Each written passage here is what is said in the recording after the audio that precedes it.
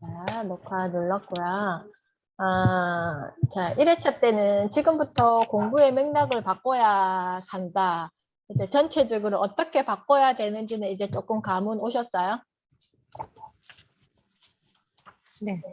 여기 보면 프로페셔널 스튜던트에 대한 이야기도 있었고, 그 다음에 누가 진짜 실력자인가에 대한 이야기도 있었고, 그 다음에 미래를 위해 우리 학생들은 무엇을 배워야 하는가, 여기에서 중요한 이야기가 있었죠. 판단력, 창의력, 인성과 품성, 인문과 교양, 이것이 교육의 새로운 패러다임이다 이야기를 하면서, 이제는 토론하지 않으면 교육이 아니다. 토론을 해야지만 결국 내 내면에 있는 것을 뭐 할 수 있다? 끄집어낼 수 있다. 안 그러면 그렇게 그냥 싹 스치고 지나가는 교육은 이제 필요 없다. 시험을 보기 위해서 막 그렇게 하는 공부는 이제 필요 없다. 그래서 이거 항상 기억하시면 좋을 것 같고, 그리고 울트라 러닝에 도전해라. 이제는 대학도 마이크로 칼리지 시대가 된다. 이런 이야기를 1회차 때 했습니다. 그리고 이제 2회차는 파트 3에 대한 이야기를 나눠봤었는데요. 아이의 미래에는 어떤 직업을 가질까? 그럼 당신은 지금 어떻게 일을 하고 있나? 이런 거에 대한 이야기가 있었고요. 이제는 모르는 것도 필요하다면 이제 실시간으로 배워가며 실행하는 시대가 됐다. 이런 이야기가, 이게 프로페셔널 스튜던트의 핵심이다. 익숙한 답이 아니라 이제는 더 나은 답을 선택할 수 있어야 한다. 이것이 곧 진화이자 성장이다. 라는 이야기가 있었습니다. 그래서 이제는 시대가 바뀌었잖아요. 자동화와 원격 아웃소싱. 이미 시작된 미래다. 그래서 결국은 어떻게 한다? 이동할 수 있는 자만이 살아남는다. 그것을 다른 말로 로케이션 인디펜던트에서 장소에 구애받지 않고 능력을 발휘하며 일하는 사람들을 로케이션 인디펜던트라고 이야기를 하고, 그러면 이제는 나의 스킬을 리스킬링 해야 되고, 이 스킬을 다시 바꿔야 되고, 그 다음에 또 업스킬링도 해야 된다. 계속 나의 어떤 성장을 해야 된다. 이런 말이에요. 그래서 그럼 언제까지 일할 수 있을까? 내가 리스킬링하고 업스킬링 해서 이동할 수 있는 사람이요. 퇴직이 없다. 이제는 그런 시대가 된다. 그래서 아이들은 그러면 미래에 어떤 직업을 가질까요? 하나는 두드러진 게 IT 영역인 거잖아요. 그리고 두 번째는 이 책에서 소개하는 것은 복지와 공공부문이다. 그래서 잘 포지셔닝을 해야 된다는 거죠. 그리고 지난 시간에 그 신문 기사도 제가 읽어드렸지만 이제는 새로운 직업을 가지는데 한 인생의 텀에 그 10가지 정도 직업이 바뀔 것이다.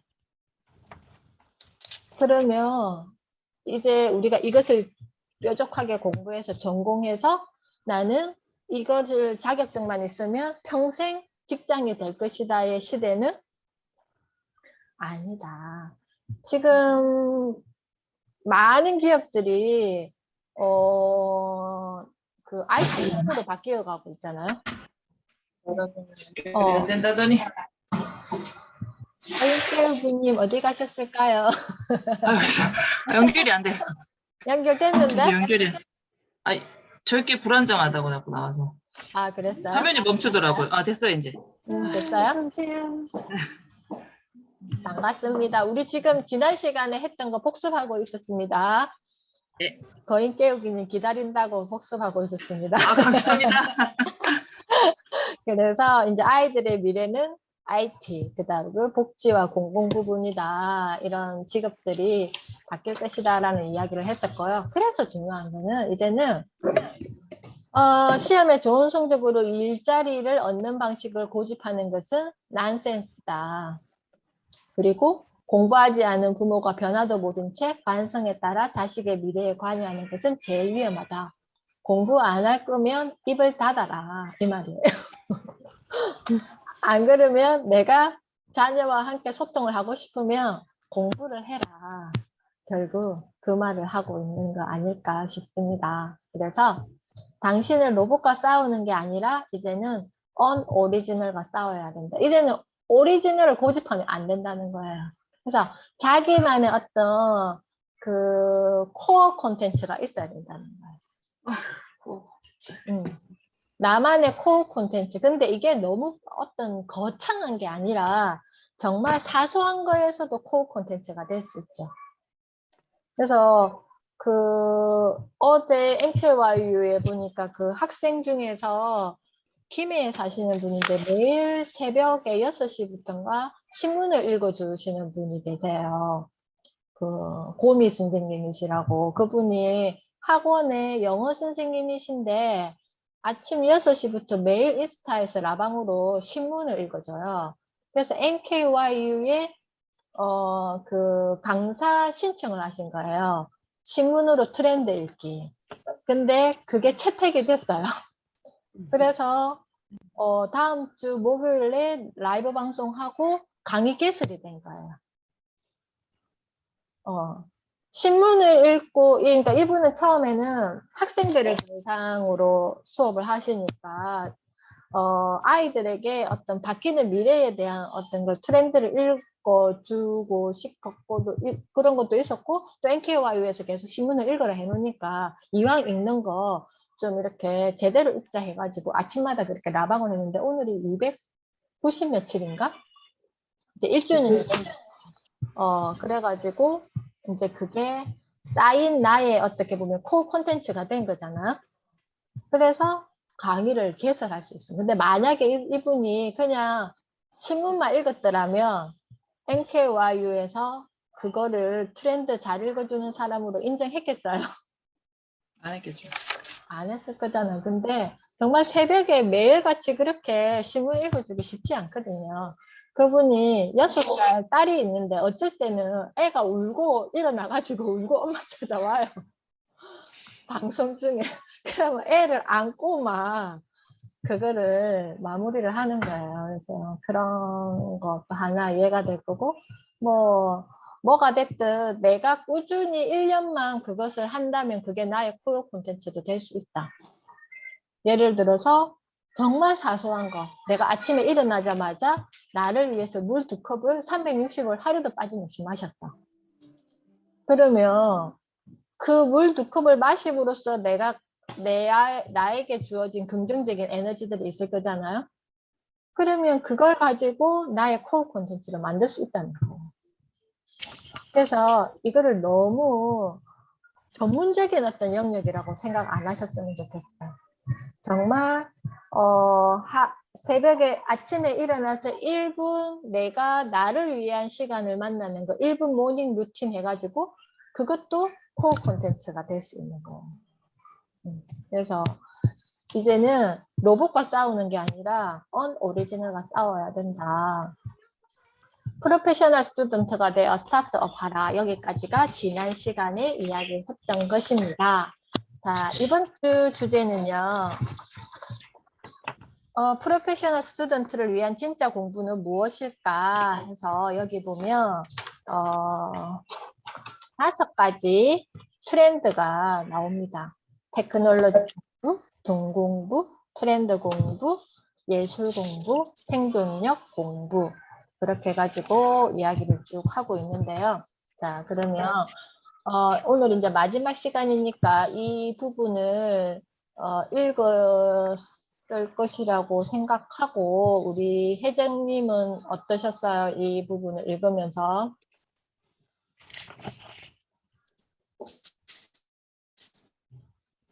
저는 사실 일하기보다는 다른 그 엄마라고는 생각을 하는데 많은 것을 제가 요점을 정리해서 말할 수 있다라기보다는 어떤 생각을 많이 했었냐면 이번 주에는 그 제가 BTS 친구들을 높게 사는 이유 중에 하나가 보여지는 모습과 평소의 모습이 크게 다르지 않다라고 생각하는 거거든요. 제가 하고 싶은 얘기 뭐냐면 정말 그 아이 인성을 사회가 그 책에 나왔던 내용 중에 하나인데 사회가 요구하는 기본 이상으로 키워야 된다. 이런 이야기가 되게 기억에 남았단 말이에요. 그냥 평소의 내 모습과 그냥 보여진 내 모습이 다른 친구들이 많이 있잖아요. 결과적으로는 나중에는 마이너스가 될 수 있는 요인이 없게 정말 탄탄한 아이로 키우고 싶다 이런 생각을 해봤어요. 그냥 공부 잘 시키고 수학 잘하고 이런 거 예전엔 과거에 그렇게 생각했던 엄마라면 지금은 평소에 그냥 예의 바르게 시켜서 하는 게 아니라 그런 아이로 키우는 게 가장 중요하겠다 이런 생각을 했습니다. 맞아요. 그게 진짜 중요한 건데, 이제 온라인 세상이 되니까 그 온라인 세상 속에 나와 네. 또 진짜 나의 어떤 괴리가 이게 그 벽이 뭐지 어떤 간극이 클수록 저는 스트레스 지수가 높아질 거라고 생각해요. 그래서 그 포인트를 정말 잘 잡아주신 것 같아요. 하이로미님은 이거 오늘 이거 챕터 어떻게 보셨어요? 일단 이 바뀌는 변하는 시대에 맞는 아이를 키우기 위해서 내가 진짜 공부를 많이 해야 되겠다. 어, 내가 바로 서고 내가 제대로 공부하고 실천을 해야 아이한테도 이런 거를 가르쳐 줄 수 있고 방향을 제시할 수 있기 때문에 제가 좀 더 실행력을 가지고 공부를 많이 해야 되겠다. 일단 그 음, 생각을 먼저 했어요. 네네. 그랬구나. 자, 네. 그러면 자, 여기서 이제 공부를 많이 해야 되겠다, 내가 공부를 해야 되겠다 해서 항상 저는 그 균형을 좀 잘 그러니까 하루의 밸런스를 잘 맞춰야 되지 않을까 하나 더, 이야기 드리고 싶어요. 그래서 이게 공부하는 엄마가 무기는 아니거든요.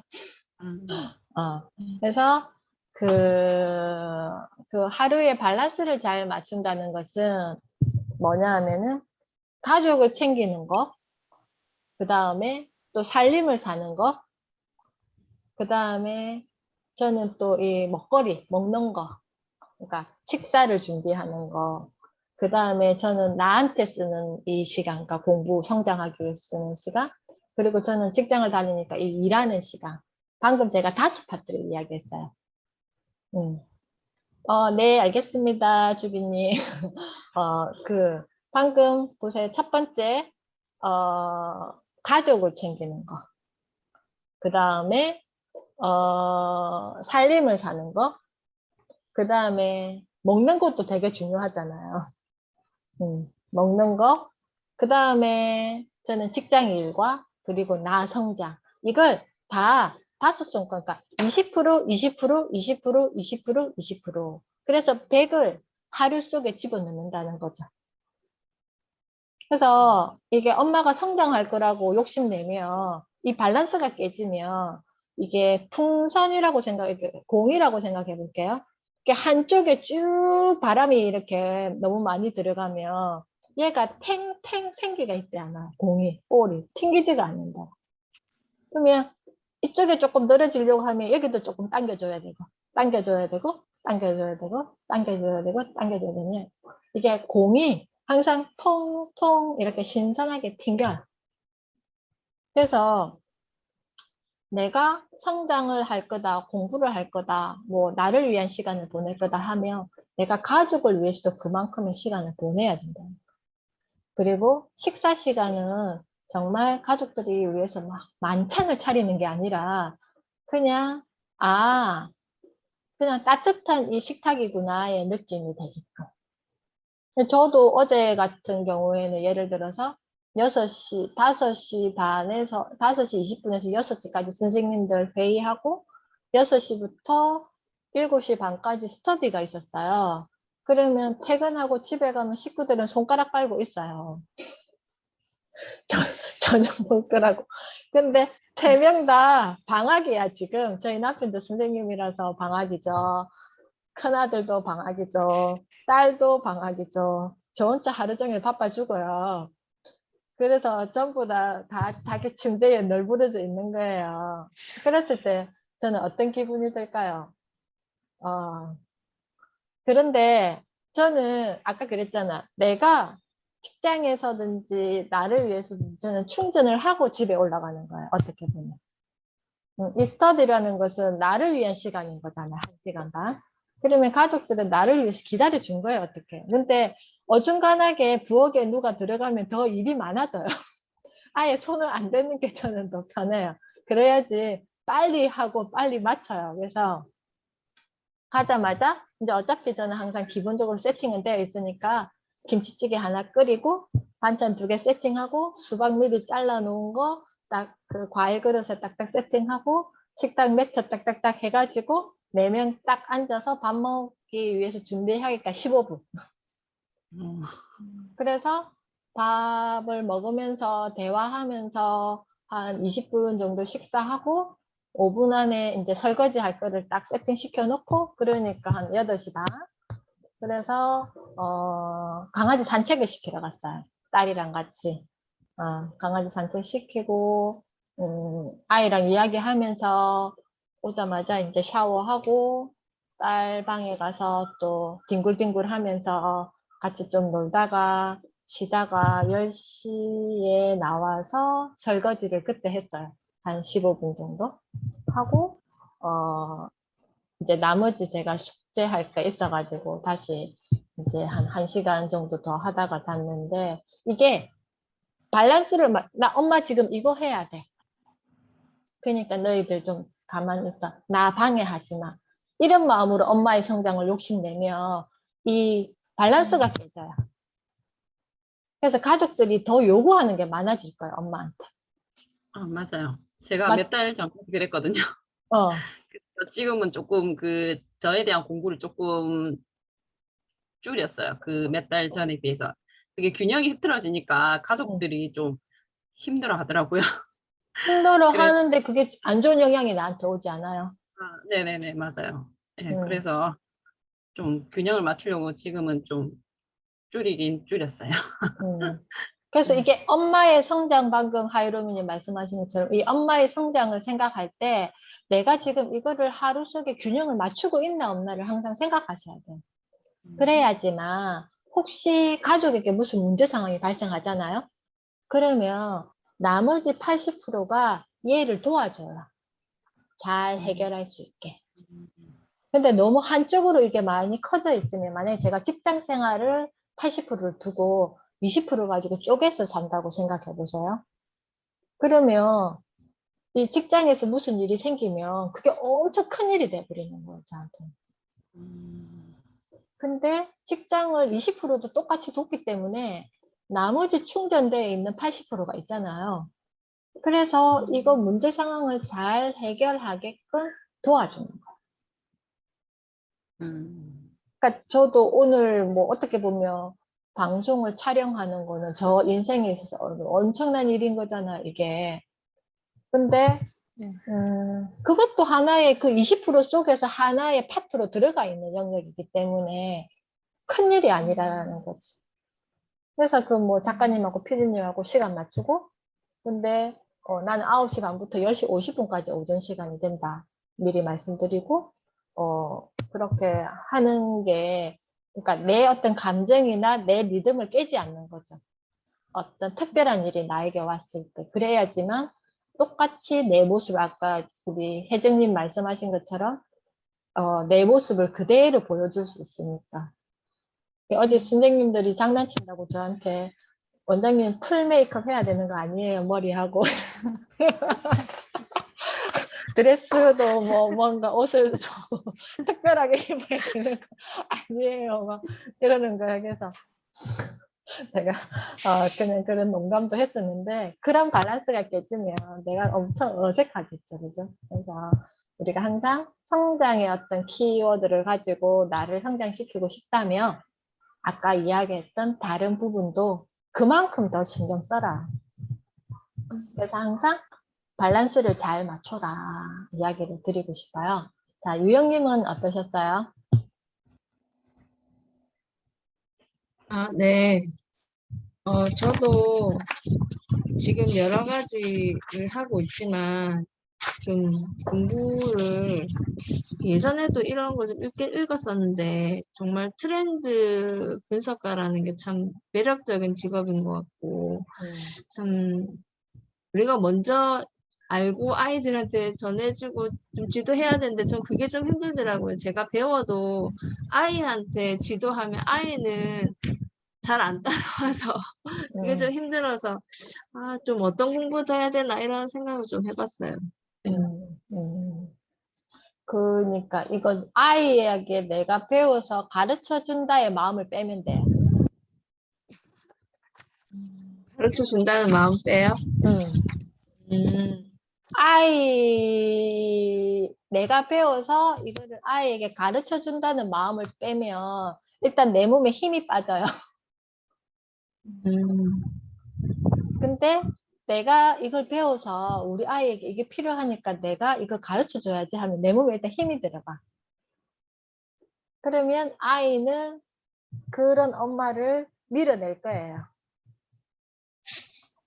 그러니까 힘을 뺀다라는 건 뭐냐면은 자연스럽게 스며들듯이 아이 옆에 다가가는 거죠. 아까 BTS 이야기했잖아요.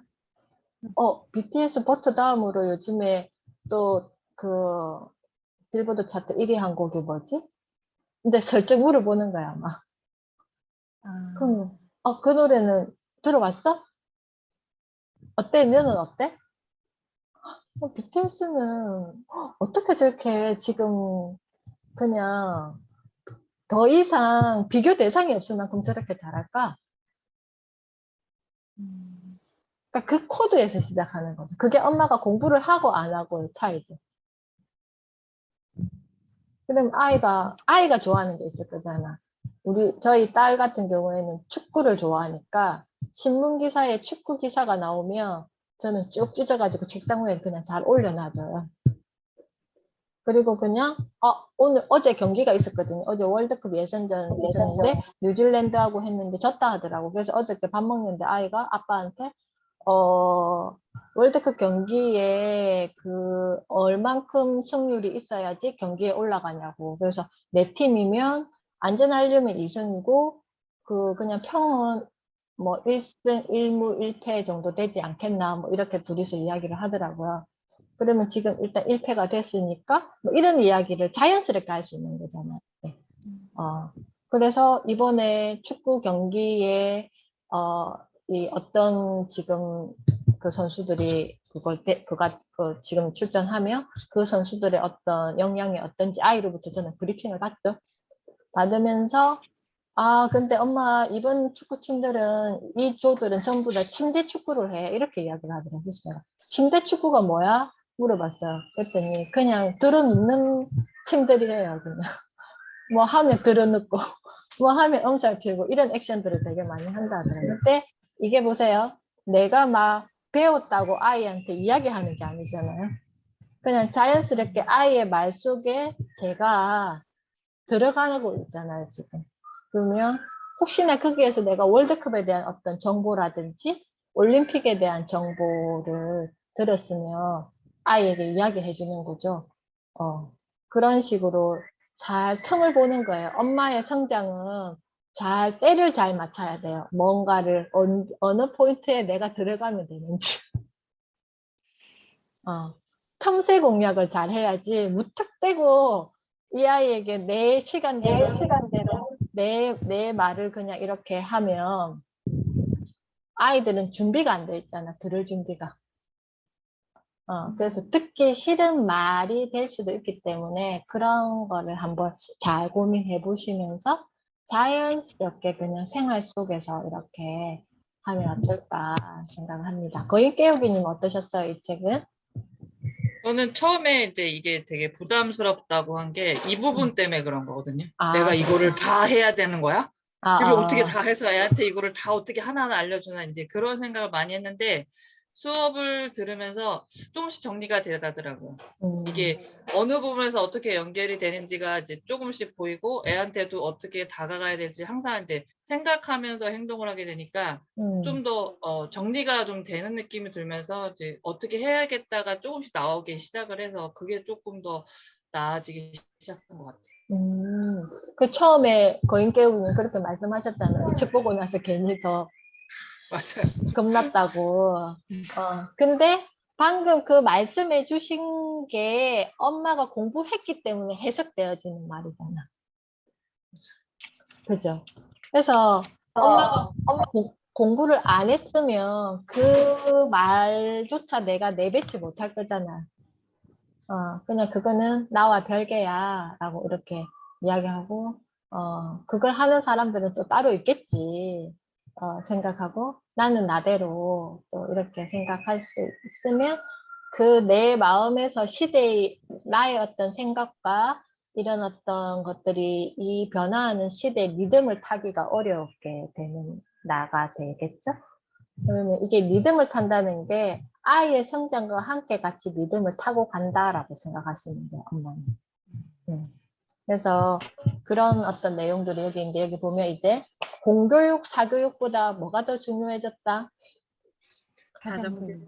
가정교육이 중요해졌다. 왜냐하면은, 공교육, 사교육은 그냥 기본적인 거를 도와준다라고 생각하시면 될까요? 그죠? 그러니까 어떻게 보면 좀 전문적인 지식이라든지 아니면 어떤 기본적인 거를 도와주는 건데 그 디테일, 우리 아이만 가지고 있는 아까 말했던 그 코어 콘텐츠는 어디에서 가정에서 부모의 어떤 역할로 끄집어낼 수 있는 역량이기도 하거든요. 나중에 20살이 넘으면 자기가 사회와 만나면서 또 그렇게 만들 수 있겠지만 이 지금 유년 시절 아동기 청소년기에는 누가 부모의 역할이 되게 큰 거예요, 가정에서. 그래서 오늘은 여기에서 그런 이야기가 좀 많이 나올 건데 이제는 지식 노동자의 가치는 나이가 정하는 게 아니라 뭐가 정한다?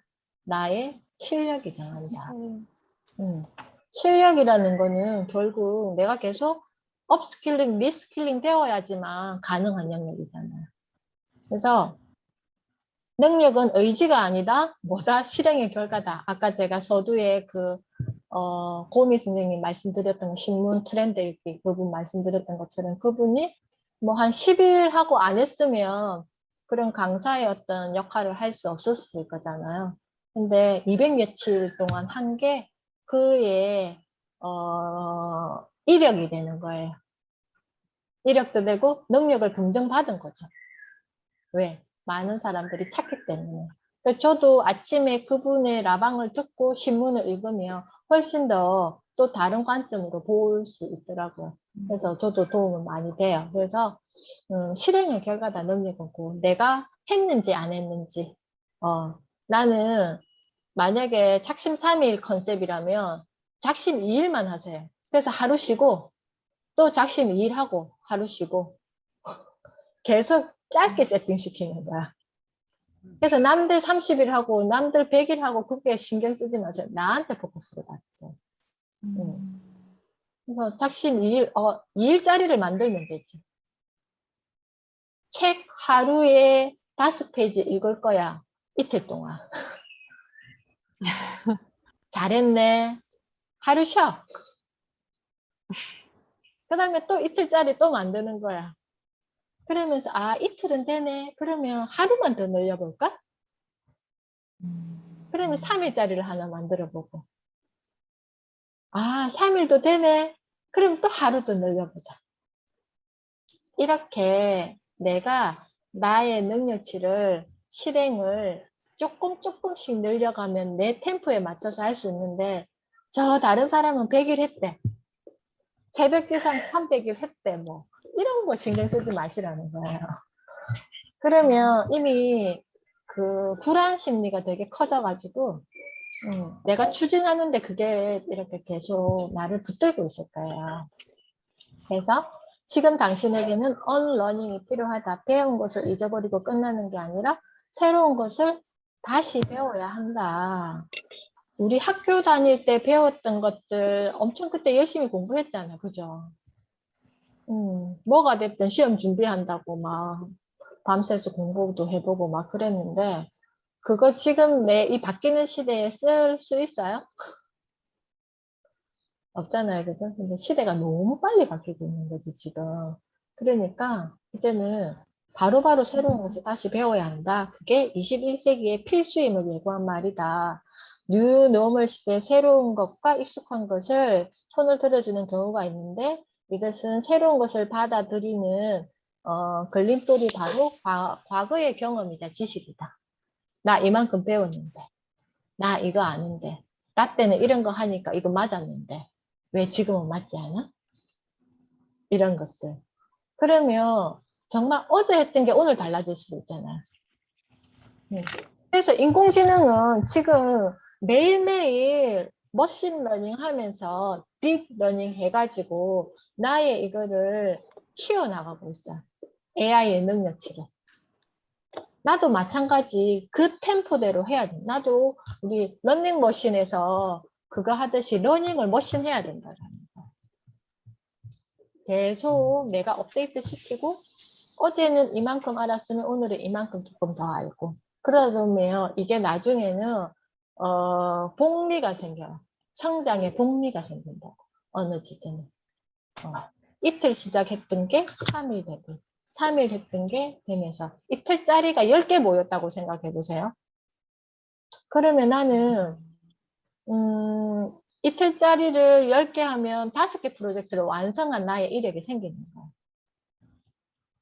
그런 거를 자꾸자꾸 내가 만들어가면 어느 시점에서 이게 같이 만나서 큰 시너지 효과를 만들 수 있는 내가 된다는 거죠. 그래서 여기 보면 이제 과거를 버릴 수 있는 거는 용기다. 계속 공부할 수 있는 용기, 그것이 있어야 오래 살아납니다. 이번에 저희 유치원에 다니는 친구가 지금 금쪽같은 매석기에 나오면서 하는 것도 제가 부모님에게 그렇게 말씀드렸어요. 지금까지 아빠와의 어떤 관계 회복을 위한 어떤 컨셉으로 지금 촬영하고 있는데, 나를 도와주는 거네, 이게. 나의 어떤 모든 것을 카메라 속에 다 비춰야 되지만, 그것도 용기잖아요?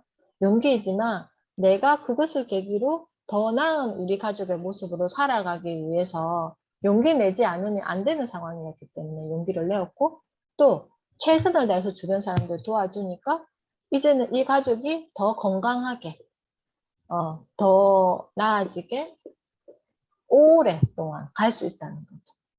근데 나 부끄러워서 보여주기 싫어. 나의 치부 드러내기 싫어. 이런 마음을 가지면 그냥 거기에서 멈추든지 더 건강한 가족으로 생활하기가 힘든 거잖아요. 그것도 마찬가지라고 생각합니다. 그래서 미래의 리더를 키우는 공부만 남는다라고 했습니다. 그래서 결국 253페이지 변화의 관점을 가진 리더들이 미래에는 더 필요하다. 우리 아이가 이런 리더가 되려면 엄마도 마찬가지 변화의 관점을 가져야 되지 않겠어요? 결국 그것은 나에게 새로운 어떤 게 계속 리프레시 되었을 때나 가능한 영역이다 생각합니다. 항상 제가 비유하는 것은 냉장고 속의 요리 재료라고 생각하시면 돼요. 냉장고 속의 요리 재료가 제대로 그 칸에 냉동식품은 냉동식품대로 분류되어서 잘 정돈되어 있는지, 그리고 냉장고의 신선 칸에 과일들, 그리고 반찬류들, 그 다음에 기본 식재료들이 잘 정돈되어 있는지, 그렇게 정돈되어 있는 냉장고라면 제가 어제도 마찬가지 7시 반에 퇴근해서 15분 만에 저녁 식사를 세팅할 수 있었던 것은 과일을 사면 냉장고에 들어가기 전에 수박을 하나 사면 바로 먹을 수 있게 딱 세팅시켜가지고 넣어놔요. 통째로 넣어놓는 게 아니고. 그래서 바로 그릇에 담을 수 있게 이렇게 하는 것처럼 나의 어떤 새로운 정보라든지 이런 것들도 자꾸 치부만 넣지 말고 이거 맛있대 냉장고에 갖다 놓고 이것도 맛있대 냉장고에 갖다 이렇게만 하지 말고 계속 끄집어내서 사용하면서 또 버릴 거는 버리고 필요 없는 거는 사지 말고 계속 요리하면서 가족들에게 맛있는 거 이렇게 해주는 것처럼 나의 정보도 마찬가지 그래야지만 관점을 그때그때 변화시킬 수 있어요. 그래서 이제는 사교육보다 가정교육이 더 중요해졌다. 그래서 가정교육에서 가장 중요하게 다룰 것이 바로 창의력이죠. 아까 제가 저희 딸이랑 같이 대화했던 거, 저녁에 대화했던 거, 그냥 축구 경기 했어. 어제 5시에. 뉴질랜드랑 했어. 졌어. 그 정보는 아이가 갖고 있는 거잖아요. 근데 제가 계속 질문을 했잖아요. 아이에게. 그러면 앞으로 남은 팀들은 누군데? 그 경기력은 어떻게 될 것 같아? 그러면 너의 어떤 생각은 어때? 그리고 그 일정은 언제야? 그래, 만약에 여기에서 지금 남은 경기에 몇 승을 더 하면 돼? 뭐, 이렇게.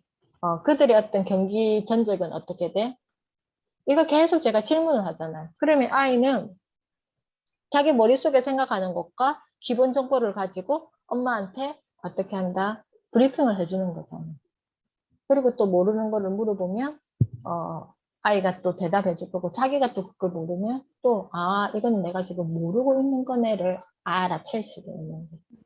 그래서, 그래야 결국 글 쓰고 말 잘하는 놈은 또 가정교육에서 중요하게 다뤄야 하는 거죠. 그 아이가 좋아하는 것에서 시작하는 게 진짜 중요한 게, 지금 계속 말을 하게끔 제가 만들어줬잖아요. 그 뭐 특별히 엄마랑 이야기할 시간 이런 거 아니잖아. 밥 먹으면서 이야기하고 또 샤워하고 잠시 한 15분 자기 방에서 뒹굴거리면서 이야기하고 그게 다예요, 그냥. 그러면서 질문하고 이야기하고 막 또 어제는 뭐 요가 제가 스트레칭을 이렇게 누워서 하면서 니도 해봐 하면서 제가 막 자신 있게 막 하더니 제가 하는 동작이 안 되는 거예요.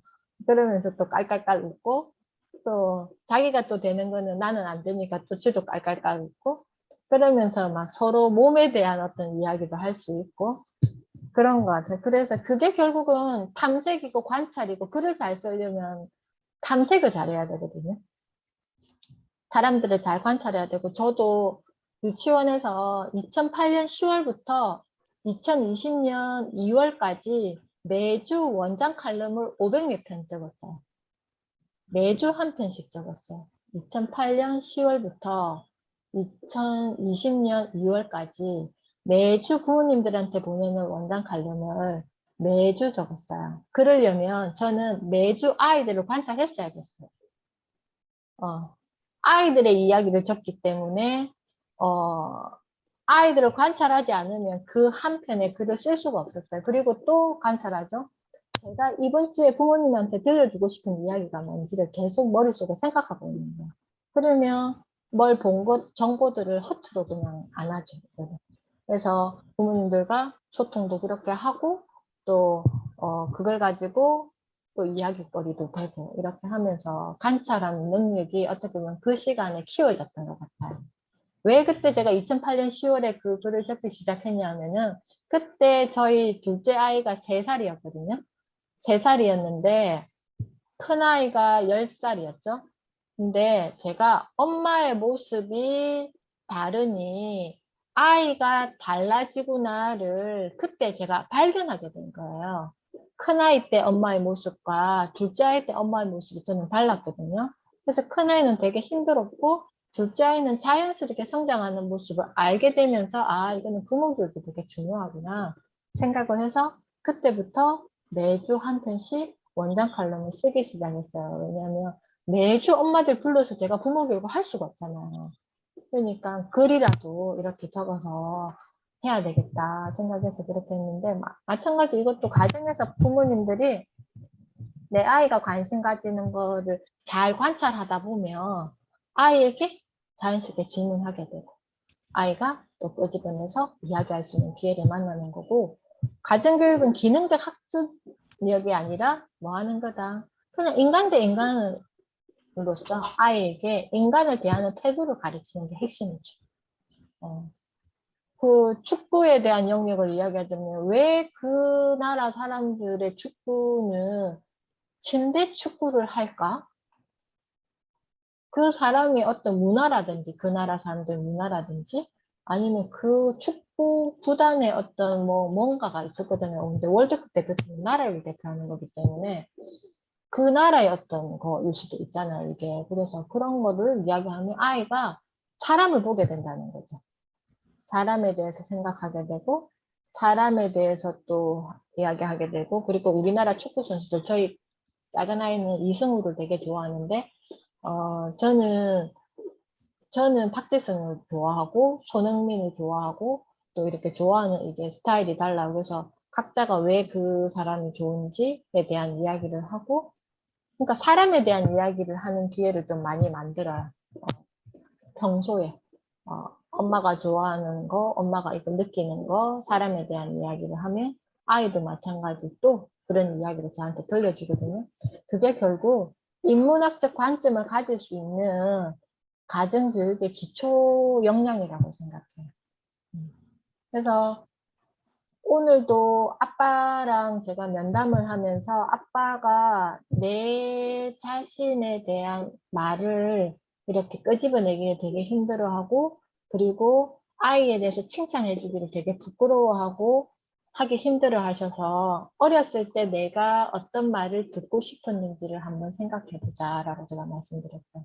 그랬더니 아빠가 그냥 바로 나는 한 번도 칭찬을 받거나 그런 걸 들어본 적이 없어서 모른다고 말씀하시더라고요. 그래서 지금부터 그러면 아빠가 할 수 있는 어떤 미션을 제가 한 달 미션을 드렸어요. 한 달 미션을 드린 게 그냥 아이가 양치질 하고 나오면 아, 양치 잘했네. 웃으면서 이야기해주기.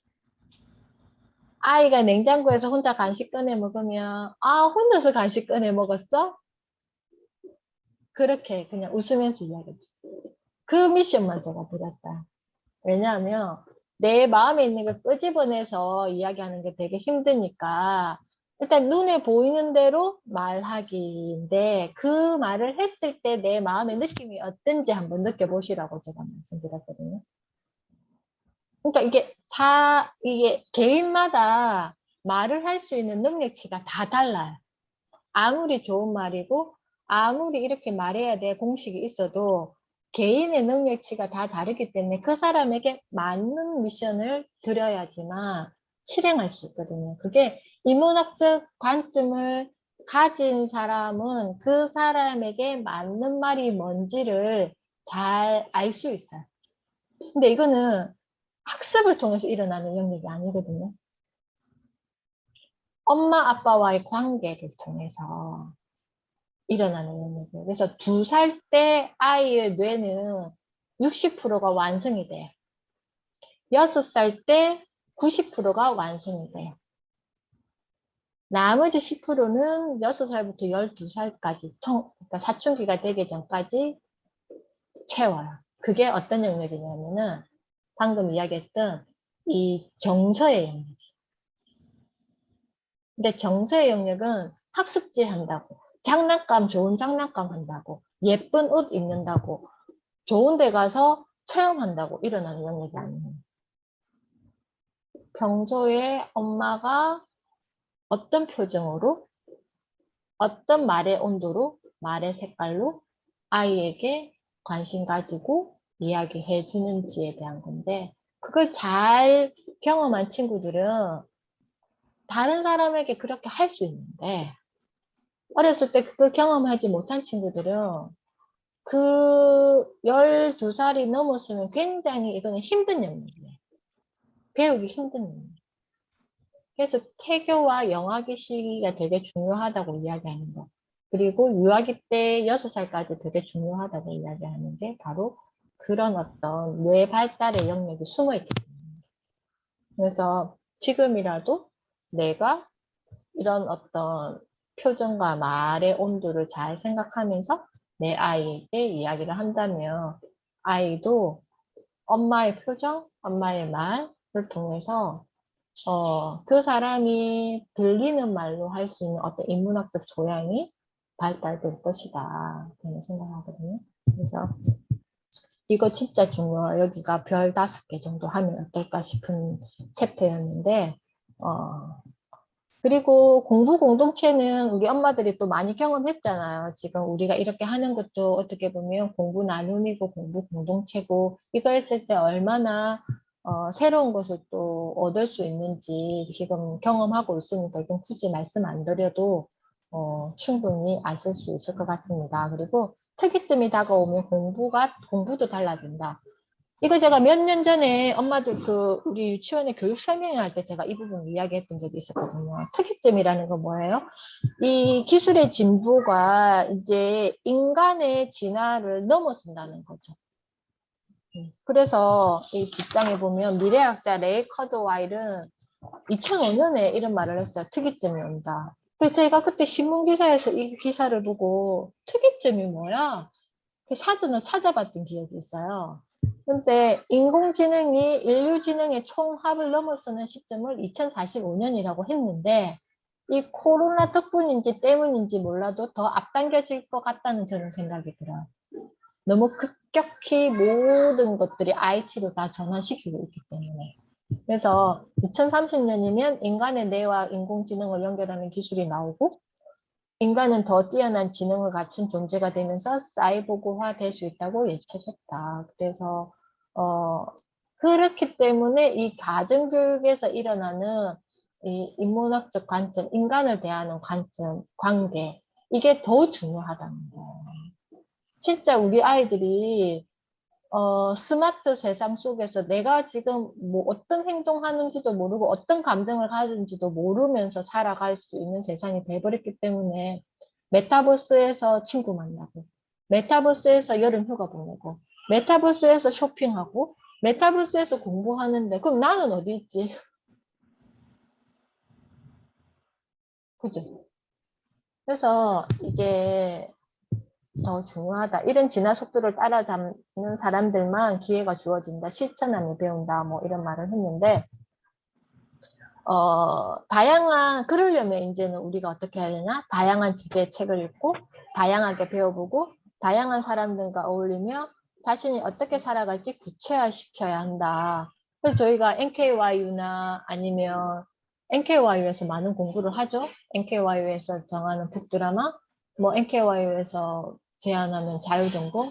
이것도 어떻게 보면 NKYU의 어떤 카테고리에 우리가 그 특이점에 그냥 내가 없고 NKYU에 종속돼가지고 그냥 내가 살아갈 수도 있다는 거예요. 그래서 제가 오늘 저는 NKYU에서 하는 이 일상은 내 성장의 30%의 영역이라며 나머지 70%를 열어놓고 NKYU를 만나야 된다는 거예요. 그래서 NKYU에서 정하는 북드라마도 좋지만 또 제가 한 달에 읽는 책 중에서 NKYU 북드라마 책은 한 20%? 나머지 80%는 다른 책을 읽죠. 그리고 다른 채널도 다 열어놓고 공부를 하죠. 그래야지만 내가 그 알고리즘 속에 내가 정신 못 차리지는 않겠죠. 그래서 너무 한쪽으로 이렇게 치우치면 이 특이점이 온다 했을 때 나의 어떤 총량과 내 능력치의 총합이 그것을 넘어서지 못하는 순간을 만난다는 거예요. 그래서 나도 모르게 아침에 눈만 뜨면 그거 클릭해가지고 강의 듣고 숙제 안 해서 조바심 갖고 또 저기 사람이 하니까 저쪽 사람이 하니까 나도 뭐 한다 스터디에 가입하고 또 내가 거기 가입 안 하면 불안하고 이렇게 되면 안 된다는 거예요. 그래서 그런 게 특이점이 온다를 그렇게 비유해서 나와 연결시켜 보면 어떨까 저는 생각합니다. 그래서 자기 인생의 방향과 목표를 스스로 찾아야 어떤 변화와 위기가 오더라도 대응하며 이겨낼 수 있다. 그래서 이 책에서는 5가지 공부를 이야기하고 있습니다. 테크놀로지 공부, 돈 공부, 트렌드 공부, 그 다음에 예술 공부, 생동력 공부. 그래서 너무 한쪽에 치우치지 마라. 요즘에 영끌 하면서 전부 다 난리 났잖아요. 돈 공부를 한다는 것은 저는 결국 세상이 어떻게 돌아가는지 알기 위한 공부라고 생각을 해요. 돈 공부를 하는 것은 세상이 어떻게 돌아가는지 알고 많은 기업들이 어떻게 유지하고 있는지 그 속에서 나는 어떤 포지셔닝을 해야 되는지가 동공부의 가장 큰 핵심이라고 저는 생각을 하거든요. 그리고 테크놀로지 공부도 마찬가지 내가 사용해야 될 거잖아. 많은 플랫폼이 생기고 하면 내가 그걸 알아야지만 내 것으로 소화시켜서 쓸 거잖아요. 그죠? 그래서 그게 필요하고 트렌드는 마찬가지. 변화하는 세상에 내 포지셔닝을 위한 어떤 방향성 설정이죠, 이게. 그래서 내가 피보팅 해야 되니, 내가 축을 바꿔야 되면 어떻게 바로 건너갈 수 있게 새로운 곳으로. 그래서 트렌드 공부는 습관이자 태도라는 거죠. 계속 열어놔야지. 그게 결국 동공부 테크놀로지 공부하고 다 연결이 되어 있다는 거예요. 예술 공부, 이 감성 영역이라고 저는 생각을 해요. 그래서 어떤 작품을 봤을 때, 그것은 값어치로 매길 수 없는 거죠. 우리가 뭐 유럽이나 서유럽이나 뭐 이런데 여행 가면 그 웅장한 어떤 이런 거에 되게 감탄하잖아요. 그런 거에 있어서 내가 이거는 돈으로 계산할 수 없는 어떤 나에게 주는 어떤 그런 것들이 있잖아요. 제가 한때 피렌체 그 메디치 가문에 빠져가지고, 그 메디치라는 그 드라마를 다 몰아보고, 뭐지, 그게 빠져가지고 이탈리아에 여행 갔을 때 피렌체에 2박 3일 동안 머물러가지고 그냥 그게 오기 싫었어요. 그래서 그 구석구석을 다니면서 그때 그 드라마에서 봤던 그 느낌을 그대로 살리려고 막 하면서 너무 행복했었거든요.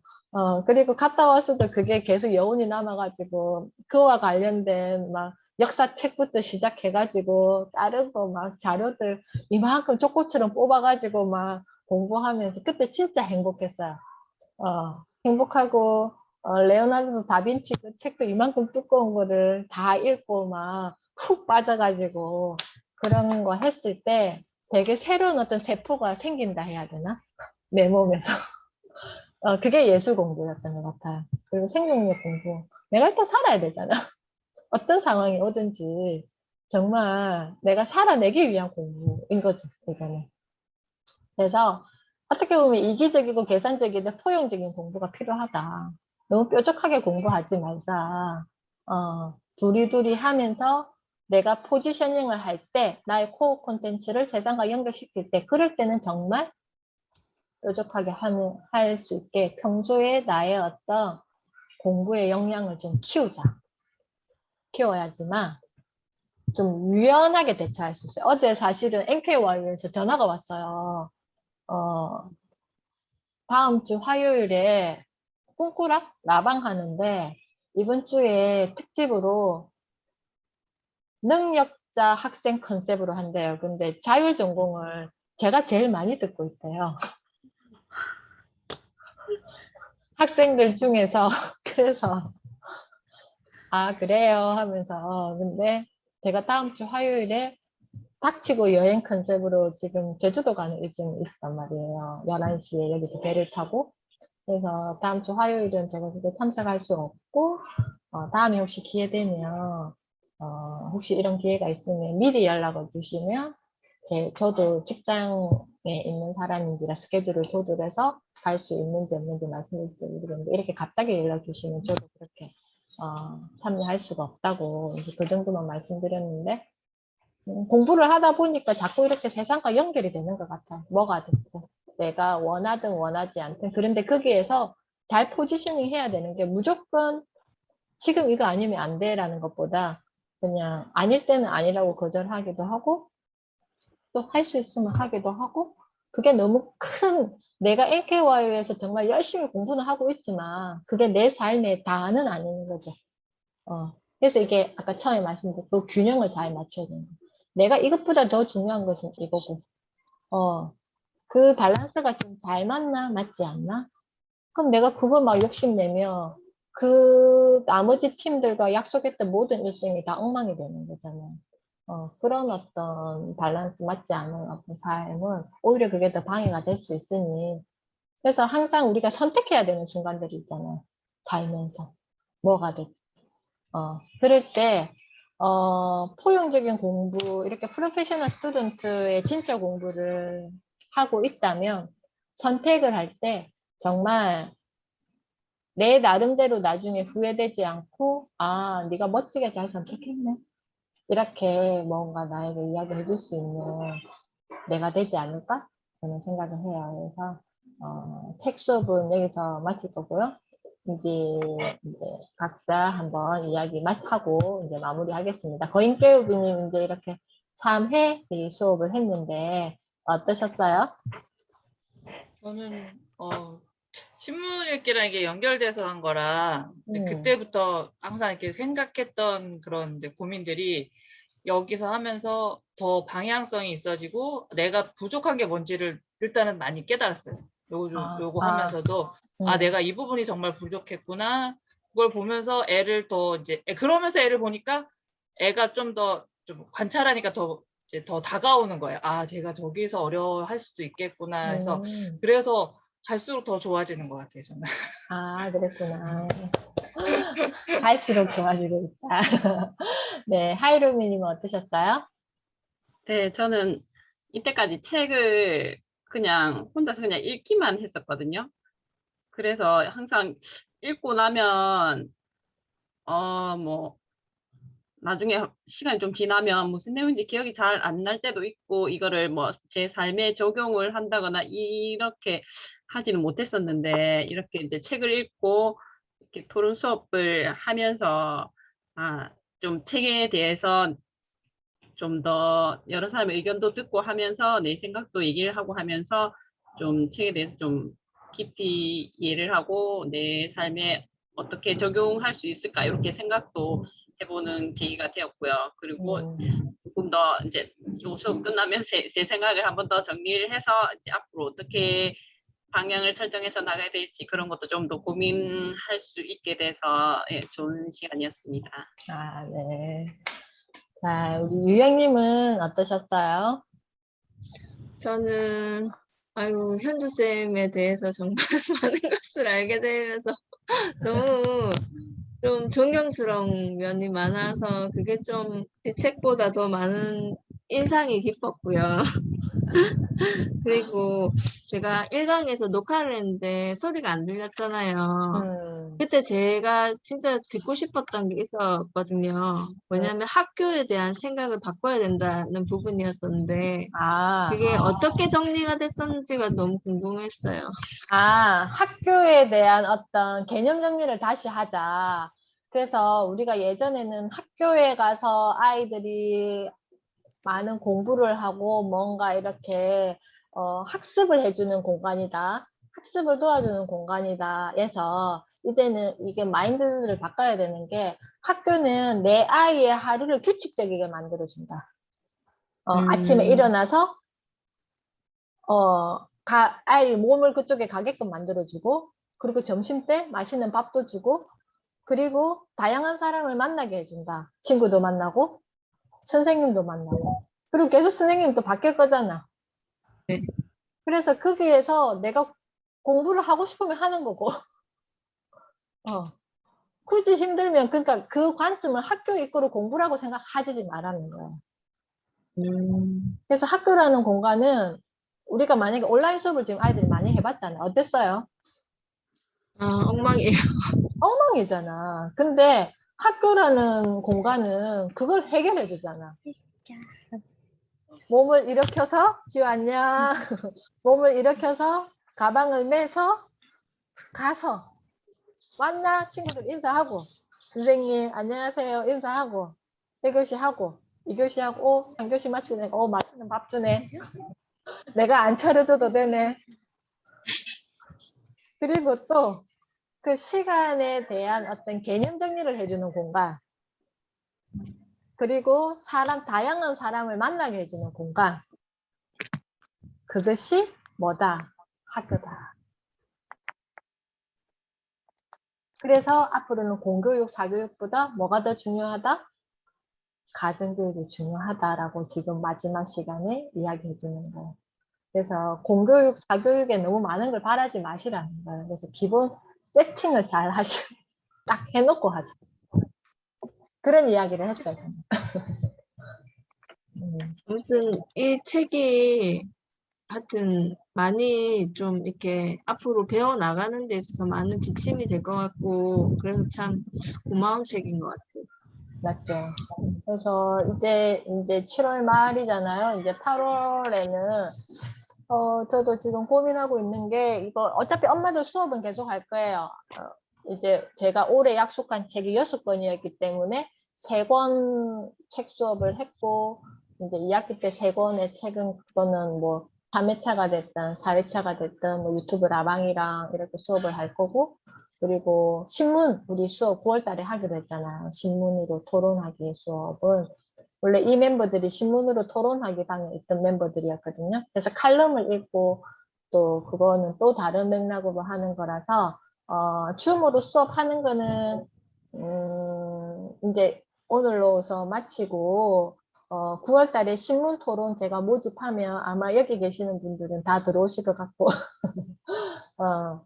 새로운 멤버들이 오면 너무 많이 하면 힘드니까 한 10명 정도 선착순 해가지고 신문 토론 수업은 일주일에 한 번, 뭐 몇 회차로 이렇게 해가지고 할 거고, 8월부터는 NKYU 그 북드라마 책 가지고 그냥 제가 다양한 관점으로 책을 만날 수 있게 그런 컨셉으로 유튜브 라방이 됐든 아니면 콘텐츠가 됐든 그렇게 진행해 보려고 해요. 그래서 아까 그 하이로님이 말씀처럼 그냥 책 읽으라니까 막 쫓기듯이 책 읽는 사람들이 많잖아요.